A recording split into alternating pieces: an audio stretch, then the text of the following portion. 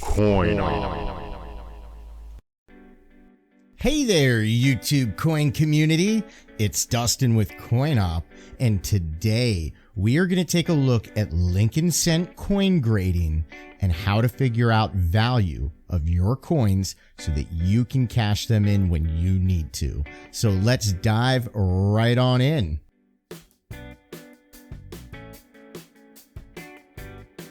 Now, first, we are going to take a look at the basics to coin grading. So when you are taking a look at your Lincoln Cents, doing some coin searching, or if you happen to have a collection of Lincoln Cents, you are able to go and put a grade on them to help you figure out value so that you can cash them in when you need to.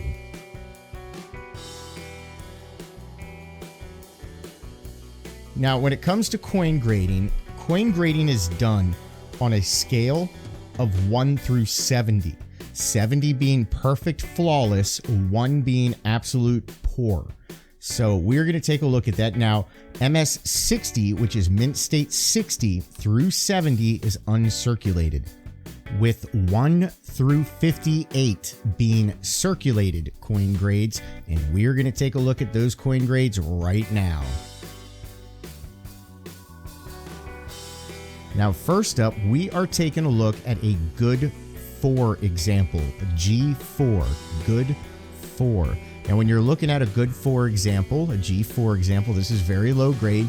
The entire design, it'll be very well worn. There will not be a whole lot of detail remaining whatsoever. On the adverse of the coin, the front of the coin, on the legend and date, they're going to be very, very weak, but they will still be visible. Now, when you're taking a look at the reverse, the wheat stalks will be worn nearly flat. You can't see any of the lines inside of them, but it will be completely outlined. Now, some of the grains may be visible, but typically they are not. Some of them might be, it just depends.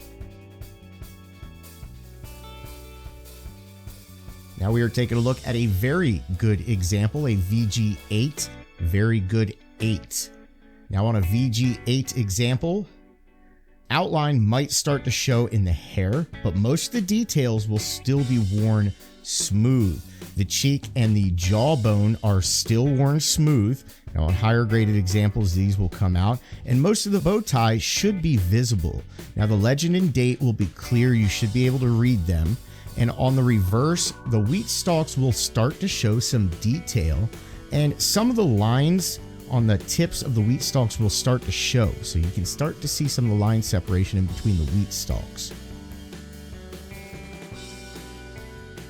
Now we are looking at a fine 12 or an F12 fine 12. Now on a fine 12 example, some of the details will show in the hair. Some of the details will definitely start to come out. You will start to see some of the details, very minor, on the jaw and cheek, but for the most part, they will still be pretty worn and they will be smooth. Now, Liberty should not show any missing letters whatsoever, and the bow and the ear are both clearly visible.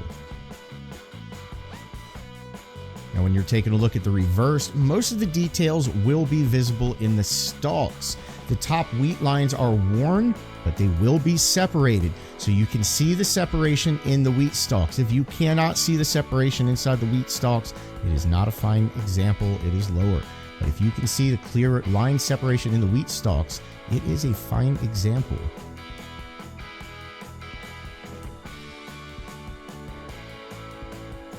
Okay, now we are moving on to a very fine example, or a VF20, very fine 20, VF20. Now on a VF20 example, the head, it will show a lot of flatness. It'll still be dull, but there's going to be a lot more details. Nearly all of the details will show in the hair and on the face, but like I said, it's going to be pretty flat. It's from being circulated in the pocket. Now the ear and bow tie are worn, but they will be bold. You can clearly see them. On the reverse, when you're looking at the reverse, the lines in the wheat stalks, they may be a little bit worn and they might be flat, but they will show their details. You can see the details in the wheat stalks.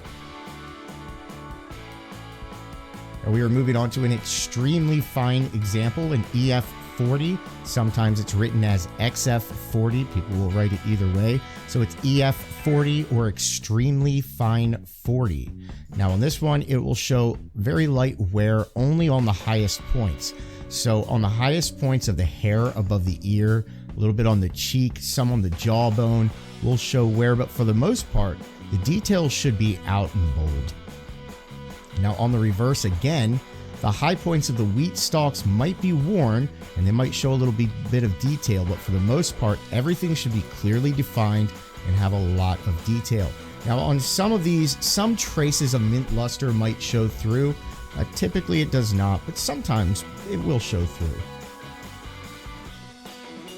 Now we are taking a look at an AU50 or about uncirculated.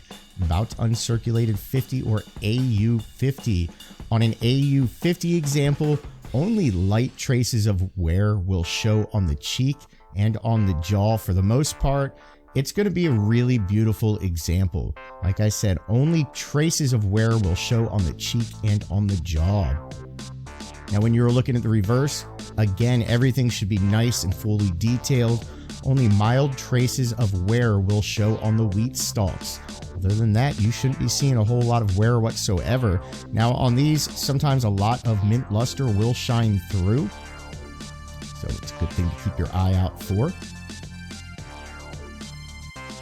Okay, we are moving on to a Mint State 60, an MS60 example.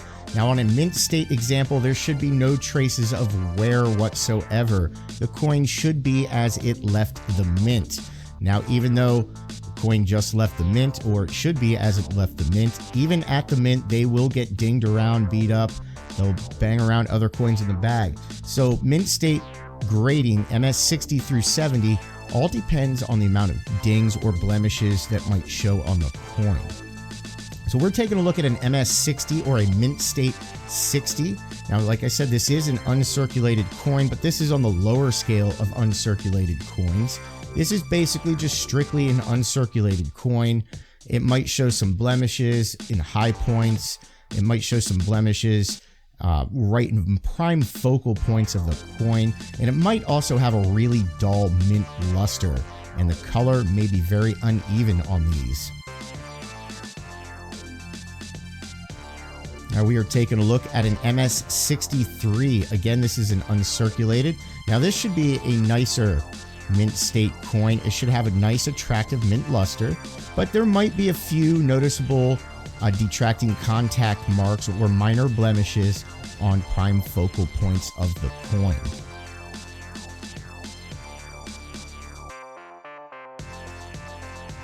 Now we are taking a look at an MS65, Mint State 65, uncirculated example. Again, no trace of wear should show at all. Now this should have a nice full mint luster. It might be slightly unevenly toned or might be lightly finger marked, but for the most part, there will only be a few minor nicks or little minor contact marks. Other than that, there shouldn't be a whole lot of anything else present. This should be a very beautiful coin. Beyond this, they just get even more flawless and more beautiful. Well, there you go. There are the basic grades to the Lincoln Cent. Now, when you are looking in a price guide of Lincoln Cents, when you get into uncirculated Lincoln Cents, you are going to notice that there are 3 different values of prices listed. There is what's called a brown, brown, and red. There are 3 different color designations for uncirculated Lincoln Cents. Red is exactly how it was when it was first struck. It is brilliant, uncirculated. It has its original shine, its original luster. It's nice orangey, just shiny mint luster. Now, when a coin has a red-brown designation, it will still have a lot of that original mint orangey luster and that shine, but it will still have some of the brown starting to show through. So it'll be a combination of the brown and the red. And then we're going to take a look at a brown Lincoln Cent. Brown Lincoln Cents, this is what you're standard going to see. Typically, this is what the Lincoln Cent will tone after it's been exposed to air, and this is the most common color of a Lincoln Cent. So you should be looking at a few different images showing you the differences in color. Now I did put this little slide together that just shows the differences between the 3 color grades so that you can see them fading in and out of each other, so that you can really see just how much of a difference it actually is. Now the color grades to the Lincoln cent do come into play in uncirculated examples. Brown is the most common, so they don't carry as much value as a red-brown example, or anywhere near as much value as a red example would. Red is by far the scarcest, and they do command a nice premium. So it does help to know the color grades for uncirculated Lincoln cents. Now once you have your grading down, once you know your color grades, well then you need to look your coin entirely over and check for the dreaded post-mint damage. There are a lot of things that are considered post-mint damage. I often see coins listed as an error when all it is post-mint damage. I've seen dryer coins or vice job coins, just various things that people will list as an error or a variety when it is not. It is post-mint damage. So it definitely helps to know the different kinds of post-mint damage out there. Now you should be looking at a bunch of various different images just to give you an idea. Sometimes coins get kicked around in the road. Sometimes people will deface them. All kinds of things can happen. People will use them in jewelry, so they will alter the edge of the coin to fit into a bezel.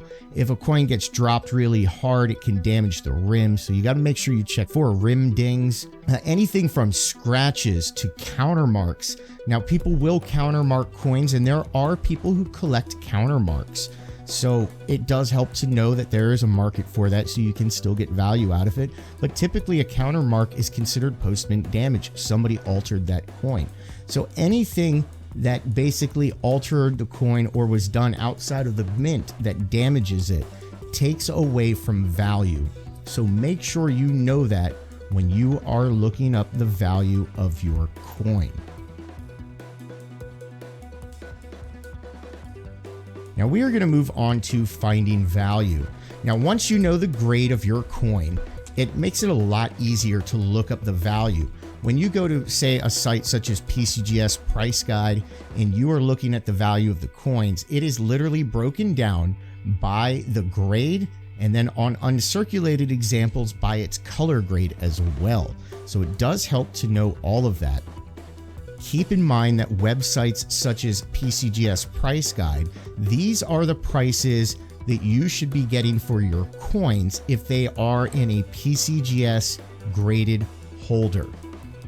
It does make a difference. Graded slabbed coins typically fetch more money than a coin that is what we would consider raw or loose. So if your coin is raw or loose and you are looking at PCGS Price Guide, whatever you think the grade of your coin is, and you find what the value it says on PCGS Price Guide for your coin, multiply that value by about 70% to as low as 50%, and anywhere in between there is typically what you would end up getting for that coin in a raw condition. So in some key date coins, it definitely makes a huge difference to have them professionally graded. It can make a huge difference on your pocket. When it comes to selling them, you can make more money in the long run. So places that I like to use for value is PCGSPriceGuide.com. I like to look up coins right there on their website. Then I will also go over to eBay. Now on eBay, if you just look up a coin on eBay, you will see what they are asking for it. And that is not how you want to price coins on eBay. I strongly recommend hitting the advanced button, going to sold listings, and only searching the coin that you're looking for value under sold listings.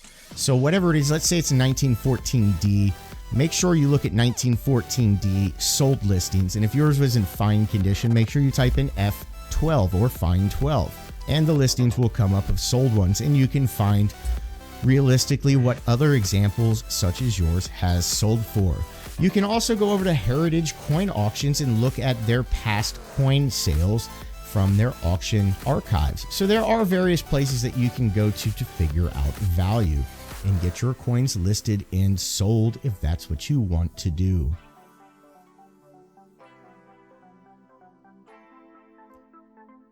Well, everyone, we hope you enjoyed this video. We definitely hope it helps you with your coin grading and figuring out value of your Lincoln cents. If you enjoyed this video, do us a huge favor and hit that thumbs up button. The more you interact with our channel, the more it encourages YouTube to share our content with more and more people. Also, by subscribing. The more subscribers, the merrier. And while you're at it, click on that bell. That way you get notified immediately when we upload new content. Well, everyone, until next time, have fun.